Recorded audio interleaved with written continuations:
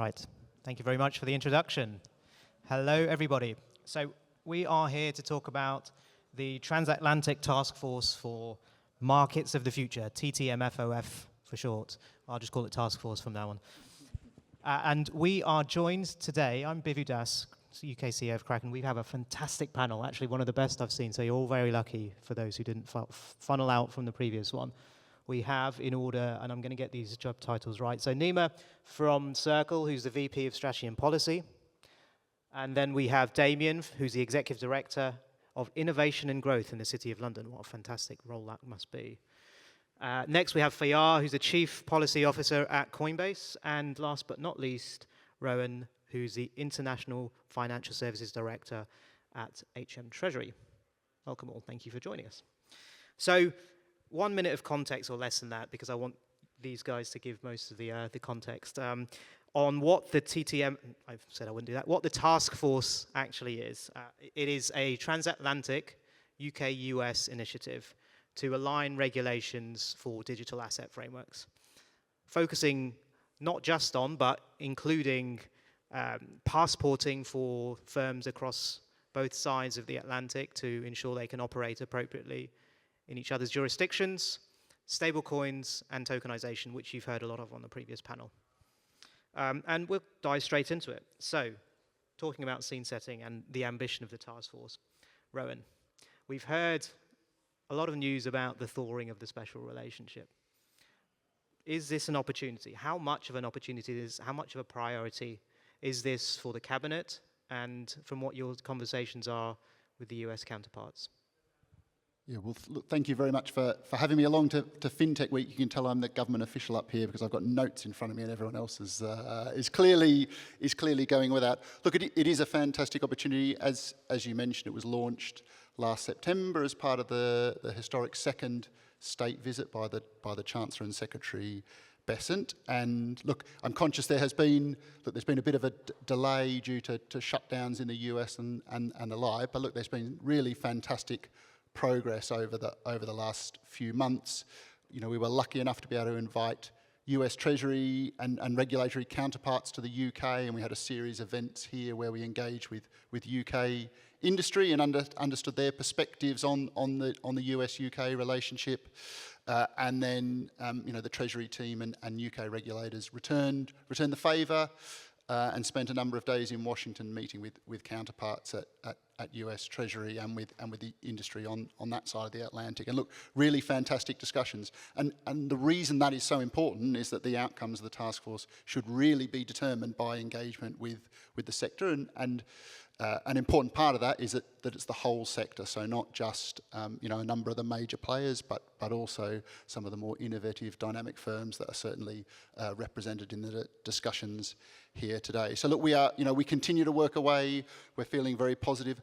You know, the Chancellor and the Economic Secretary were in Washington last week for the spring meetings. Obviously, there was quite a bit to discuss while they were over there, but certainly taking stock on where we are on the Transatlantic Task Force was an important part of the discussions with US counterparts last week. And so, look, we continue to work away, we continue to engage with the sector, and we're hoping to provide an update, you know, well ahead of the summer, so that we can take that forward.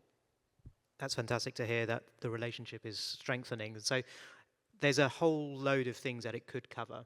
Where do you think the will is the strongest and to get things done? Yeah, so look, I wouldn't want to preempt any outcomes of the discussions, but certainly, I guess one of the reasons, and no doubt that the Chancellor and the Economic Secretary touched on it in their remarks this morning, is setting out the UK leadership on digital assets, and you know, announcing, you know, Chris Woolard as our new digital markets champion this morning was another important step.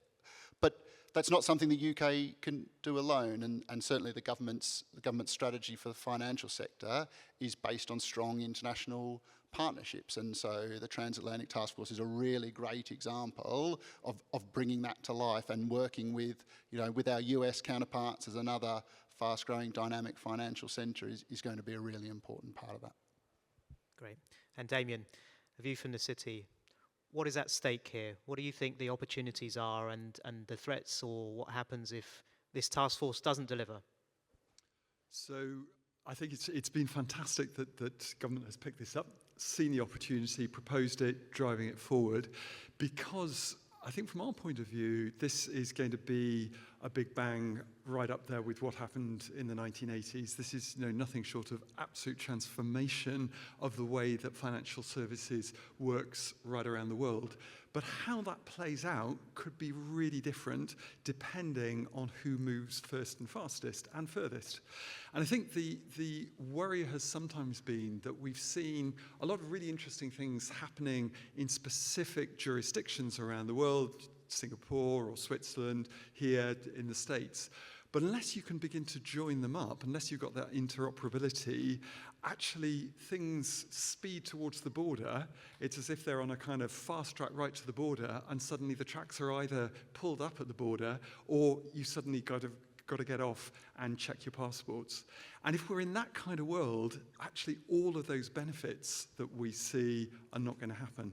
So if this goes right, let's look at the positive. If this goes right, this is about two of the biggest, most important global financial centers, setting some of the approaches and the standards and the culture of a new way of doing finance. And if we can get that right, that could well be the default for global finance. If we get it wrong, then it all begins to fragment. So there's a lot at stake to get this right. Yes, it's an interesting point about getting this right, and history has shown us that we can do the right things together with the Eurobond market and the post-reforms in 2008. When the UK and US work together, oftentimes international follows. Yeah. So on to actual digital asset adoption, Faryar. As a company with presence on both sides of the Atlantic, what is important for you for this task force to deliver? Well, excuse me, the task force is enormously important in and of itself. It's important to focus on what the mandate of the task force is, which is to have the two largest, most important financial centers work together on envisioning and coming to, ideally, to some common view on what the financial system of the future looks like. It's hard to think of a period in time when the potential for what the future shape of the financial system could be more transformational and potentially more disruptive than the period we have now. We have a technology available to us through blockchain technology that allows for the entire kind of paradigm of how value transfer occurs to change fundamentally. And that's something that doesn't lend itself to kind of incremental national consideration. It's actually the kind of thing where you have two sophisticated regulatory centers, two sophisticated financial centers, that it's important for the two of them to talk together. And so when we as a private sector participant understood that this could be potentially on the table, we were actually strongly supportive of it because we think this is exactly what the two sides should think about. I would say on the US side, there are a couple of things that have happened. One is the debate on tokenization of payments is now settled. Stablecoins, I think everyone accepts, are the payment system of the future that we're all going to be building towards. I also think on the US side, the tokenization of financial assets, that debate has been settled. So you're seeing all the large traditional financial intermediaries developing strategies on how to tokenize equities, bonds, derivatives, and what have you. The hard question is, what happens to intermediation? Our financial system is built on a premise that you have to have intermediation by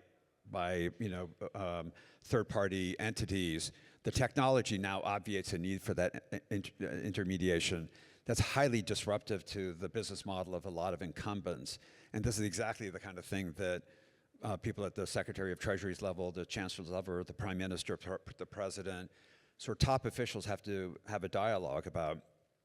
This change will happen well if both sides, if the two, the US and UK, come to some alignment on what that future should look like. And so we're very pleased that they've convened. We're pleased by the work that they've done. And we're very hopeful that the final result this summer will be a very ambitious political statement, plus an ongoing work program on how to implement that vision. And aside from the political statement and the vision, operationally, what do you think is important for a company like yourselves to be able to operate across those borders? Well, I think a common perspective on not treating software as market infrastructure and not as intermediated activity. I think having a very clear sense that if you want this technology to be implemented, you have to have very clear lines in terms of drawing the line. I think that's one really important thing. And then there's sort of more kind of traditional things, including equivalence determinations. I think the UK and the FCA, to its credit, has embraced the idea of there's a global liquidity model, for example, for CASPs, but that will ultimately be actioned through an equivalence determination. The US may have the Clarity Act enacted soon, or it may not, just given the vicissitudes of the legislative process. So I think a common understanding on how that issue of equivalence will be determined is a really important factor. Fantastic, fully agree. So Faryar mentioned there that stablecoins are now accepted as the digital payments mechanism of the future, which is great for Circle, obviously, Nima. But the Genius Act opened up a number of debates, or significant debates, around passing on of interest by issuers or by distributors. What lessons do you think can be learned by the UK as part of this task force in that? That's a really good question. I'd say a couple of things. Number one, for us actually, Genius and MiCA in the EU have been very clear in setting that bright line that issuers cannot pass yield on directly to coin holders. And so we need to separate out issuers and intermediaries or distributors, exchanges, etc. Because for us, that is our operating model, and that has been codified on both sides of the Atlantic, and I think the UK is also proposing to entrench that in its proposed rules. However, and I think the important piece there is because of the characterization of stablecoins as payment tokens, they are not tokenized deposits, and they're not securities. We have a yield-bearing stablecoin, a yield-bearing token that we called USYC. And that is treated as a security. It's offered by our entity in Bermuda. And that is because we do not want to conflate the payment character of stablecoins. And that, for us, is fundamental. However, we also support the idea that intermediaries are able to offer rewards for stablecoins that they hold on their platform, and that is distinct from the relationships we have with them. And I think there's this misunderstanding that the interest we receive on our reserve backing is then passed on to our distributor and then passed on to customers, and that's not the case. These are contracts that are essentially, they are the supermarkets. We're a product manufacturer. We pay a distribution charge for them distributing our product on their platforms, and we have no insight or no way of understanding or knowing how they are rewarding their customers. And they have different offers depending on the platform, and I think it's really important for regulators and policymakers in the UK to understand that payment stablecoins are very black and white, and I think that's the direction they're going in. But just like in the US, rewards are really in the camp of market structure, and they should have sufficient rules and guidance for the intermediaries to ensure that they are in a position to be able to offer that to their customers in the same way that your credit card gives you flight miles or gives you cash back. Right? It's not controversial, I think. We've seen this before, and it shouldn't be too complicated in that regard. Great, thank you, Nima. And a follow-up question, that's a really interesting way of thinking about it, the problem actually. But here in the UK, the Bank of England are obviously proposing, they're talking about payments or yield-bearing stablecoins in the context of wholesale versus consumer-facing. And for the wholesale ones in particular, or those that they deem systemic, having holding caps. What's your viewpoint on that? Well, again, for us, I think there's nuance here. So there is, at the moment, the big issue is, yes, holding caps and the arbitrariness of that, particularly because the UK is coming after the EU and the US and has decided to go against the grain, and it's really not clear to the industry why, and why it would be justified to suggest that once you have become so successful with your token, we will reward you by limiting the ability of people to able to use your token. How does that align with growth in the UK's ambition in continuing to be a global financial center? I think that's really important. The nuance here is the current regime, and perhaps more problematic, the current regime doesn't actually have a path for stable coins to be used in the wholesale context. That's a gap that exists. The way that the bank and the FCA are thinking about it at the moment is to test it in the digital security sandbox. And they're still thinking about how that would work in reality. How would they treat the stable coins? But that is distinct from the crypto asset regime that is currently in motion.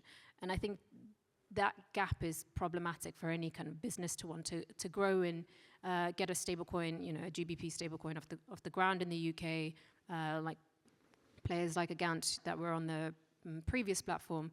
Because again, how do you then offer your stablecoin as collateral for margin? That is problematic.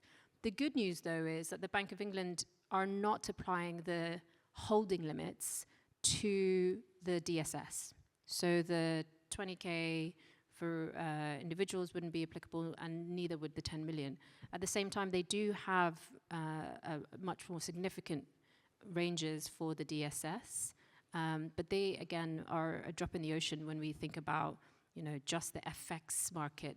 In the UK firms close about almost $950 billion worth of FX trades daily. That's about 40% of the FX market. So even with the larger bands that are in the DSS, is still, I think the max there is 3 billion. When you compare that to 950, it's not going to result in meaningful adoption in the wholesale space, and we would encourage the bank to rethink that.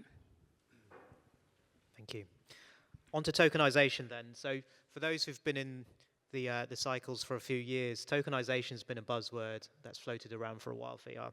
What's the difference this time, and what's the opportunity with the task force to set something that the industry will adopt more broadly internationally? Well, the opportunity for the task force is largely going to be defined by what the SEC decides to do as early as tomorrow when they issue their innovation exemption, because at that point you'll have the U.S. committed to tokenizing the capital markets, but tokenizing it and allowing essentially smart contracts, DeFi platforms, decentralized exchanges to become the infrastructure of the tokenized markets. And I think that's the change that we're going to see. I think the question for the task force and for the UK is if they're prepared to adopt a similar vision where you can have a similar sort of infrastructure built on the UK side from a regulatory perspective, and then more excitingly allow for cross-border movements of capital so that investors in the UK that want to invest and access the US markets can do so, and vice versa. I think unlocking access to capital and unlocking access to investment opportunities is probably one of the big kind of policy challenges in front of governments right now that doesn't quite get headline news, but it's quite important. We did a report called From the Unbanked to the Unbrokered that talked about how wealth creation purely from the efforts of one's labor have been dramatically outpaced by wealth creation on the part of those who own and can deploy capital. I think with tokenization, fractionalization, removing border restrictions, allowing people to invest more freely, it helps builders who want to have access capital, but it particularly helps the millions and millions of people in both countries who are falling behind in terms of their ability to access wealth creation on the back of their labor. And I think that has hugely important social and political implications that I think the government here should embrace, and the government in the US, I think, will embrace. Well, let's find out. So, Rohan, given that we have the digital gilts pilot going on, digital security sandbox, we're already starting to think about this in the UK very actively. What is the pathway here when the US announces their structure tomorrow?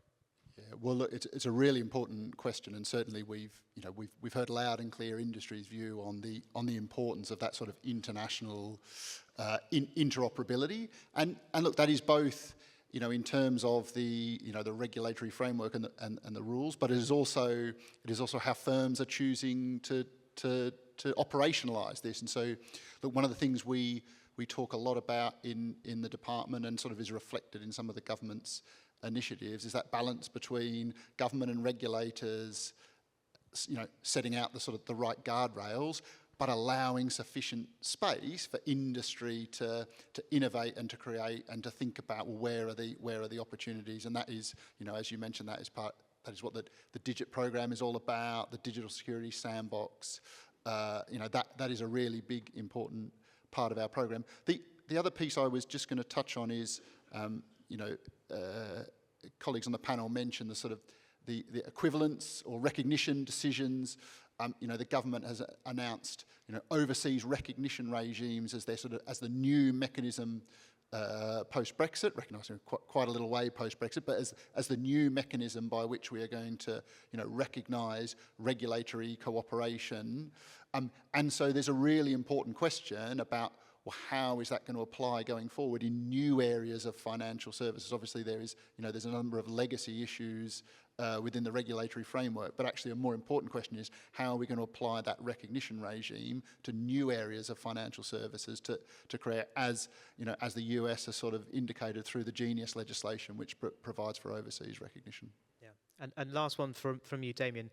Rohan and Faryar have mentioned that tokenization opens up capital markets and the access to it significantly. What is the view from the city? Is this an opportunity? How much of an opportunity is it? I think it's an absolutely huge opportunity, and I think the way that Faryar was putting it, that actually there's a democratization, there's an opening up of whole new areas of assets to a much wider public is just as true in the UK as in the US. But I think more broadly, there is a sense that actually, if we can get it right with the US, yes, this becomes the default. But we also want to look beyond that. What does this mean potentially for, we talked about mutual recognition, for relationships with Switzerland, who've got a fantastic legal underpinning, but haven't got the scale. They know they need to scale. What about Japan? Huge market that is looking to deploy large pools of capital overseas. How are they going to be able to do that? And we were separately in Japan recently, but I think one of the clear messages coming from the regulators there was, we're really interested in what's happening elsewhere. We're not going to be the leaders on this, but if something is set up that is attractive, we'd like to get on board as well. Fantastic. I have a big timer flashing at me, so I'm going to ask the panel for maximum 3 words. Fast forward 12 months' time, what do you want the task force to have delivered? Nima? Regulatory harmonization. Yeah? Let's start there. That's a good one. Damian? Ambition. Love it, Mr. Tony Blair. Ambition and disruption. Disruption is a good one. Published and done. Fantastic. Well, thank you everybody for your time on the panel today and the really insightful thoughts, and hope everybody enjoyed it.